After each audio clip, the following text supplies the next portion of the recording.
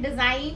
सो आज मैं आपके पास आई हूँ एक वर्ड लेके, GSM। GSM क्या है? बहुत सारे जगह आप लोगों ने देखा होगा GSM, स्पेशली जब आप फाइल खरीदने जाते हो तो फाइल के ऊपर GSM लिखा होता है, पेपर्स खरीदने जाते हो तो पेपर्स में GSM लिखा होता है। GSM का फुल फॉर्म है ग्राम पर स्क्वायर मीटर।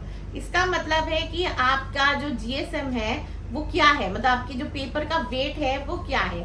सो उसकी वेट के हिसाब से ही आपका जो पेपर है वो थिक होता है या पतला होता है, या आपका प्राइस भी अब ऊपर हो जाता है। अगर जितना GSM बड़ा होगा उतना ही आपका प्राइस भी बड़ा होगा।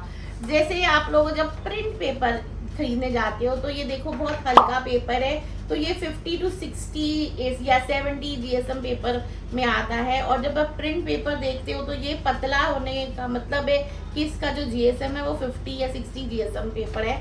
उसके बाद अगर जाते हो तो आपको कार्ट्रिज शीट मिलता है, तो ये जो शीट है वो 200 GSM है। तो आप देखोगे कि इसका जो थिकनेस है ये डिफरेंट है। फिर आप वाटर कलर पेपर देखते हो तो ये इसका थिकनेस देखो ज़्यादा है, ये 300 GSM पेपर है।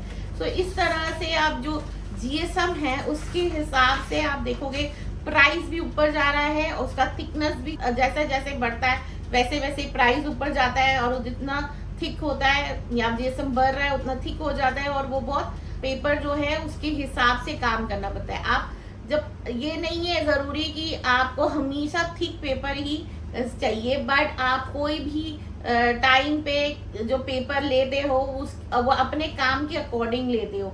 एग्जाम्पल, अगर आपको स्केचिंग करना है तो आपको ज़रूरी नहीं है कि आप 200 GSM पेपर में कर रहे हो, क्योंकि आप रफ आर्ट बना रहे हो या आप स्केच को एकदम रफली कर, स्केचिंग जो होता है वो रफ ड्राइंग्स होते हैं। तो जो भी आप रफ ड्राइंग कर रहे हो या आप स्पीड में या प्रैक्टिस कर रहे हो तो आपके लिए पतले GSM पेपर में आप कर सकते हो, क्योंकि आप सिर्फ पेंसिल से कर रहे हो तो आपको इतना ज़रूरी नहीं है कि आपको मोटा पेपर करना है। बट आप जब ड्राइंग कर रहे हो या आप अगर शेडिंग कर रहे हो या आप पोस्टर कलर कर रहे हो, कोई भी कलर कर रहे हो, तो आप ये कार्ट्रिज शीट ले सकते हो। कार्ट्रिज शीट जो है वो नॉर्मली 160 GSM से 140 160 GSM ऐसे, या ये जैसे ये 200 GSM पेपर है ऐसे होता है। और टेक्निकली ये पोस्टर कलर तक आप कर सकते हो 160 to 200 GSM पेपर में, और पेंसिल शेडिंग आप 140 to 200 GSM पेपर में कर सकते हो।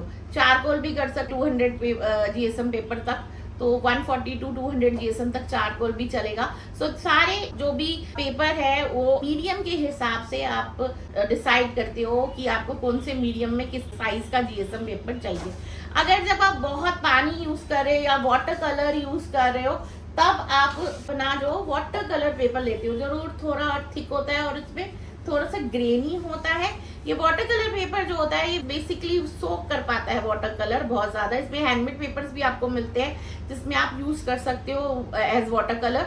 वाटर कलर पेपर जो है वो 300-350 GSM तक भी जाता है, इवन इससे भी आगे जाता है डिपेंडिंग ऑन आप किस टाइप का वाटर कलर कर रहे हो। पर ज़्यादा भी थिक पेपर देने की ज़रूरत नहीं है वाटर कलर में, क्योंकि ज़्यादा थिक पेपर भी आपको एक्चुअली कभी कभी ब्लॉट करने लगता है। तो आपको ये भी चेक करना होता है कि आपका जो पेपर है वो ब्लॉट तो नहीं कर रहा, उसके हिसाब से आप वाटर कलर पेपर अगर ब्लॉट करता है तो आप उसमें काम नहीं कर सकते हो, क्योंकि ब्लॉट करने का मतलब है कि वो आपका कलर खा जाएगा और बेसिकली वो प्रॉनी जो है वो ऐसे ब्लॉटिंग करने लगेगा, तो वो बिल्कुल ही अच्छा नहीं होता।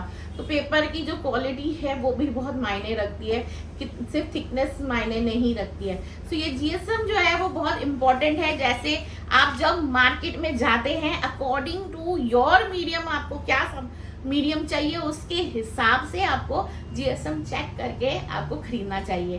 सो GSM जो है वो एक्चुअली में सारे स्टूडेंट्स को पता तो था कि अच्छा कुछ तो होता है, बट पूरा चीजें नहीं प्रॉपरली पता था।